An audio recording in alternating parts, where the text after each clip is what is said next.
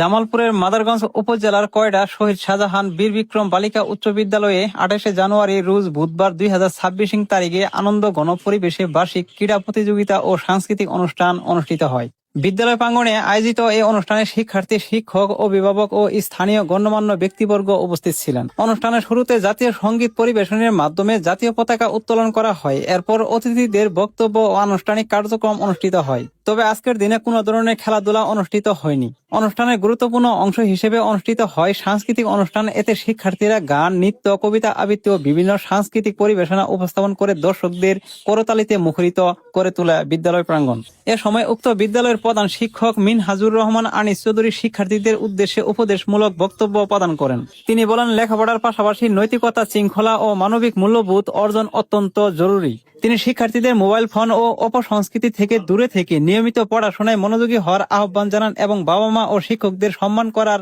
বিশেষ গুরুত্ব দেন। শেষে তিনি শিক্ষার্থীদের ভবিষ্যতের দেশ ও জাতির কল্যাণে সুনাগরিক হিসেবে গড়ে ওঠার জন্য পরামর্শ প্রদান করেন। সবশেষে সুন্দর পরিবেশের মধ্য দিয়ে অনুষ্ঠানটির সমাপ্তি ঘোষণা করা হয়।